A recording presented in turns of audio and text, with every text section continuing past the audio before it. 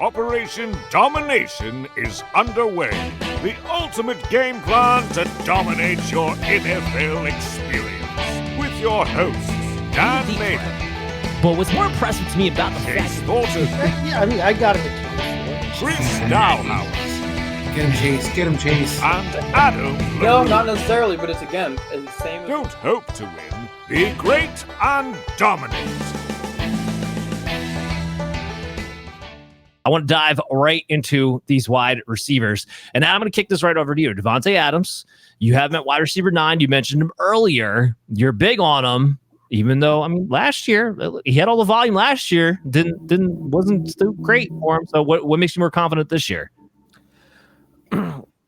I do think going back to Minshew, going back to the RPO, going back to the get see it evolved, the whole thing, I think the only way this offense works, and I'm just really banking on them figuring this out, is that it's a RPO, one read, and that one read is Davante Adams. Otherwise, it's Amir White getting the ball. I think Minshew can make that work. I think Adams can make that work. I really don't see another pathway for this offense to function. I mean, obviously, you can't run RPO every play, but that has to be like the backbone and the identity for this thing to function in any capacity. Like, genuinely, like, I don't see another pathway. That's why, I mean, I think I still had him the highest, and it's another guy we're talking about, but Jakobi Meyers, I had him the highest in this panel, and I still couldn't put him any higher. You know, I've loved Jakobi Meyers for years. Like, his whole NFL career, I've been on the Jakobi Meyers table, but I still can't even argue him as anything more than the back of your roster, because the only way this offense functions is if you funnel it between Zamir White and Davante Adams. So I think that's what they'll do. It's the only way you're going to build any true identity in this offense. Otherwise, you're just hoping that the defense can carry the whole thing, which realistically is what's going to happen. But I just don't see any other way, I guess, is really what it boils down to. I don't see any other way than building this offense around Davante Adams. He's your only really, like, maybe this is a little harsh, on the offensive side of the ball, he's your only B or higher player you've got. So you got to use him. Well, look, the passing game is going to funnel through Davante first. I don't think there's any question about that. And most times, you know, fantasy owners, if I told you your receiver was going to get 175 targets, he was going to get a 33% team target share, and he's going to get you, 8+ touchdowns, you'd be thrilled. But even with all of that Adams did have, and he had 100 receptions to go along with it, still only the wide receiver 18 on a fantasy points per game basis. It was just so brutal. It was like pulling teeth to get production on a week in, week out basis, even with them over targeting him. And the biggest reason why was because of the ridiculous low ADOT of 10.8, which is by far the lowest in his career. Second lowest mark in yards per target is 6.5, which I think the lowest one was back in his rookie season. We weren't sure if Davante Adams was actually going to be a good receiver yet. And it's been 4 years since Adam had fallen short of getting double-digit touchdowns. I've already laid out how I don't think Gardner Minshew is necessarily an improvement upon this.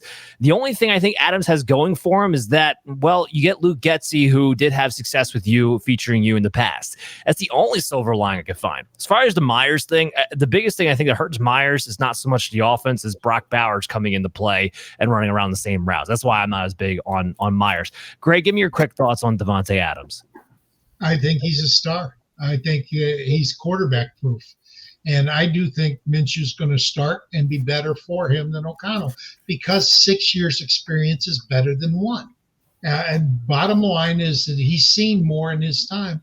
And when you only have one receiver, you're going to go to that guy, and that's going to be Davante Adams.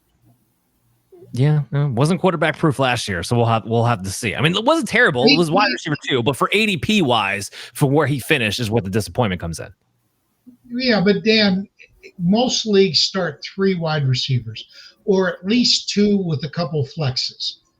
That's still a good player. And what's his ADP now? I'm not worried about last year. I'm worried about this year. Yeah, his ADP is wide receiver 13 now, which is where I have him ranked. I'm okay with his ADP currently. I just don't think this is a top. I take that back. I'm sorry. His ADP is wide receiver 10. I don't think he's a top 12 receiver right now with the way this offense is, with the way this quarterback play is constituted. Well, and he may not be, but he's going to be close. I don't think he's a wide receiver 30. I think that's the argument we're making here.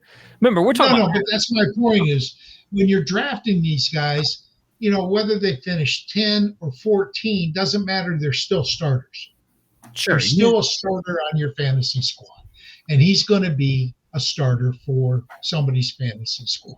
What we don't want to do, and even if they are a starter on your fantasy squad, is guys underperforming their ADPs, which is where we have to be careful with the value, which is more the argument that I'm making here. But again, his ADP is not too far off of where I have him ranked. We do know he has a floor of a wide receiver too. I want to move into some of the Charger receivers a little bit. Chris, I want to get your opinion on this because you are the highest ranked of me and Adam on Ladd McConkey. And I do love Ladd McConkey.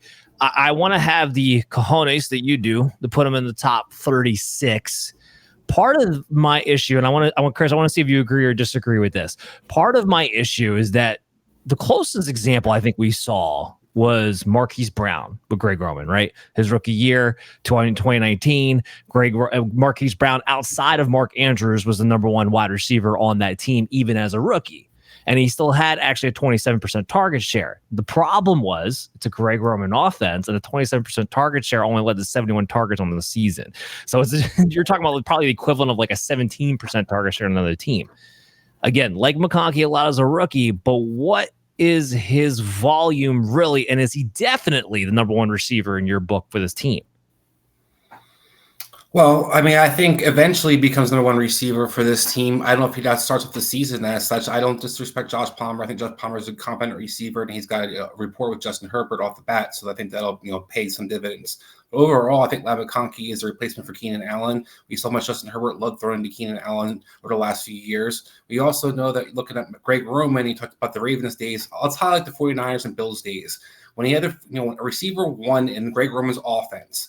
Is a guy who commands about 27-31% of the target share on average. That's what we saw. And usually that average winds up being about 115 targets to 120 targets. It's Michael Crabtree for a couple of years. It was Antoine Bolden for a couple of years. In Buffalo, it was Sammy Watkins. Now, the key thing, Dan, you kind of alluding to is that second receiver. Only once for Greg Roman's career has he had that second receiver have over 100 targets as well. And Bolden, Crabtree did the 1 year. But other than that, hasn't seen a second receiver going over 100. But you've seen it get around 80 to 90.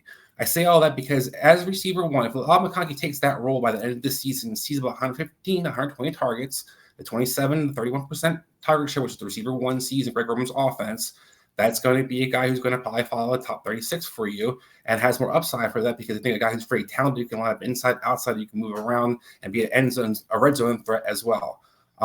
So I think for me, I look at McConkey as a guy who has a lot of upside, but also a safe floor because he's a guy who can consistently get open. He can sit in soft zones, and he's going to be a guy who's sits in that slot position that we know is going to be featured in that offense. Yeah, I like the argument. I do. I haven't watched him for 39. I'm not that far off. It's just that the rookie and Greg Roman and everything else that comes with it. And you're also talking about Ladd McConkey, who's coming off of a season where he had to miss a few games due to injury. Where is he at exactly coming back? I don't know if he's somebody you're loving in the month of September. I do think he's somebody you're liking in the second half of the season, though. I'm kind of with you on that one. Greg, I'm going to get to you because I want to move on here. And this is a big question. Which of the Kansas City Chief receivers do you want the most, whether it's because you think they're going to perform the best or because you think they have the best value? Well, I think Rashee Rice is clearly the best receiver, but he could be going 8 games. You just don't know because we don't know the legal situation. So I'm drafting Hollywood Brown. I think Marquise Brown is probably the best receiver of those guys there. Xavier Worthy has had some issues. I'll draft him, but he's going to be real late for me. So for me, I think Hollywood Brown is going to build a rapport with Mahomes. It's the best quarterback he's ever had. And if he has a couple big games early, then Rashee Rice coming back may not matter. Yeah, Adam, how are you looking at this? I want to get your opinion on this one. I'm still kind of playing this by ear. I think I'm going to be drafting a lot of redraft. I'm going to really like these Chiefs wide receivers. I'm really hoping for some more information because not only the Rashee Rice thing, right? I need to know how these receivers are actually lining up because Hollywood Brown is a wide receiver who, again, on this show, he's like Jacoby Myers. I've been a Hollywood Brown guy this whole time. Hey, if you're the guy getting all the targets, I love you. I love Hollywood Brown, right? I can't stand when teams make Hollywood Brown try to play an X. I'm really scared that the Chiefs are going to try to make Hollywood Brown play the X. And I want to be high on Hollywood Brown with Patrick Mahomes because absolutely it's the best quarterback he's ever had. This is an awesome opportunity for Hollywood Brown. I'm really excited for him. But man, it's terrifying, the thought. So, like, look, we get into training camp. First 10 plays that they finally do 11 on 11. I see him, 7 of those plays. He's in the flanker. I'm sold. I'm high on him. We're in it to win it in redraft. But I'm just like holding my breath until I see it. I really am. I just need to know kind of what the usage is going to be. Like if we get kind of Rashee Rice and Kelsey kind of doing the slot type things, obviously the Rashee Rice thing is just another bomb that we can throw in this situation. I just think there's a lot of ways that we can go wrong. They're trying to get all 3 receivers and Kelsey on the field. That just kind of forces Hollywood to the X. I suppose we'll see. I love the upside, and even at cost, I think it's a dart I'm willing to throw. It's just like, how much do I love it? Is the question that I guess we're going to see here. Yeah, I mean, look, the nice thing about it is that none of these receivers are going that high, right? I mean, but Rashee Rice's ADP is at 30, Marquise Brown's at 27, and then Xavier Worthy is down at 48 right now. So with those 3 in mind, you're going to get value, I think, no matter who you choose from. The Rashee Rice thing, I got him at 38. It's impossible to know. It's impossible to know until we know what the suspension is, and that's just what makes it completely and utterly hard. But I will say his ADP right now, if we're in a draft and we still don't know come August, I'm hoping we know by then, but let's say we still don't know by come August and he's getting drafted as like wide receiver 40, then that's the guy I'm pulling the trigger on. So it's kind of one of those situations going on with Kansas City where it's hard to know, but I do like the upside of any player. Here's what I'm going to throw in real fast. Not big on jumping on Xavier Worthy a round or 2 early, like some people have kind of put out there. Rookie receivers do not do great in Andy Reid's system. Even Rice took it till the second half of the year to become a regular starter, and they had nobody. We're talking MVS, Mecole Hardman. Like, it literally had to be by default is what happened there. So, yeah, not loving that. But we do have a showdown to get in.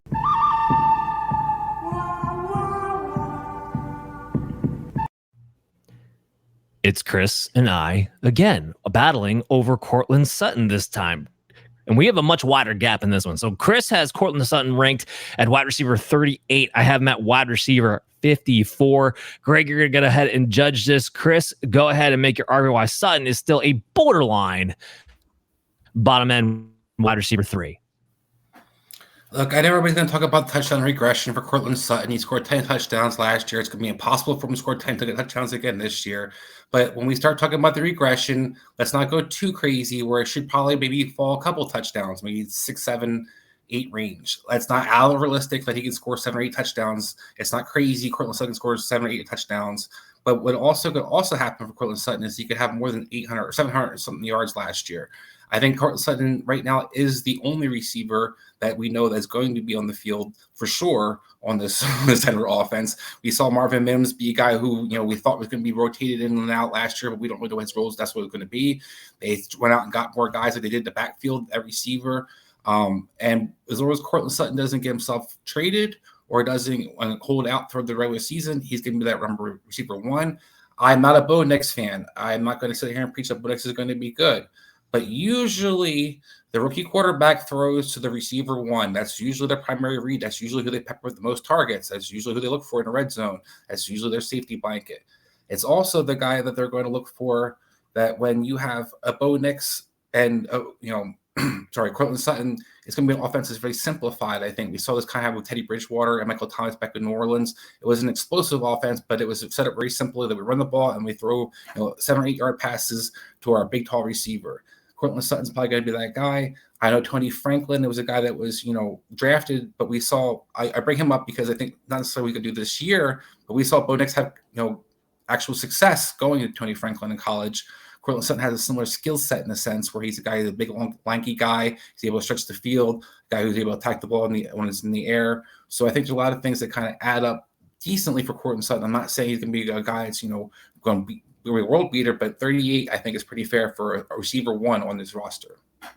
Yeah, I mean, you can try to dismiss that touchdown regression all you want to, but that's a real issue here.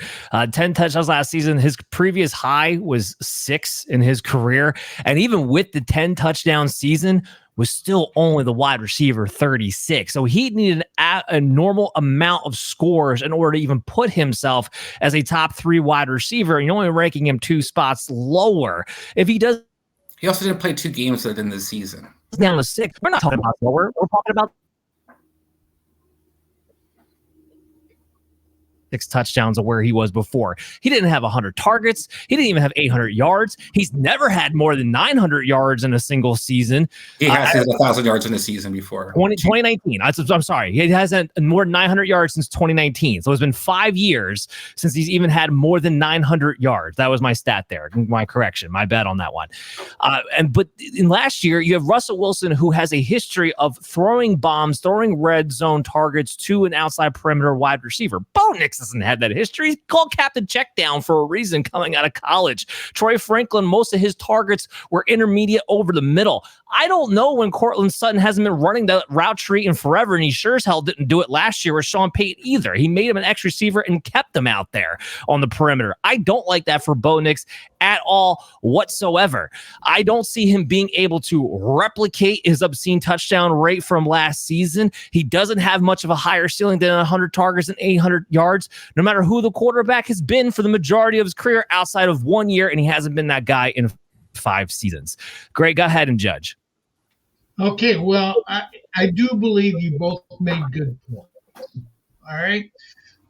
Sutton, he did have a big year, and he's probably going to regress some, but he's a big receiver, and the tight end isn't that great in Denver. Now, I know we're going to talk about him a little later, but frankly, quarterbacks that are rookies tend to have the field shortened for them.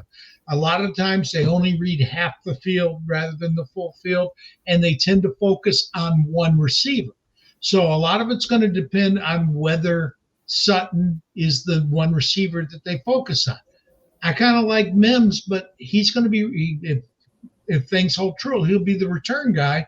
So he may only be in on 3 receiver sets. So to me, I think Chris wins this one, but it's because you're both low on Sutton, and somebody's going to catch the balls in Denver.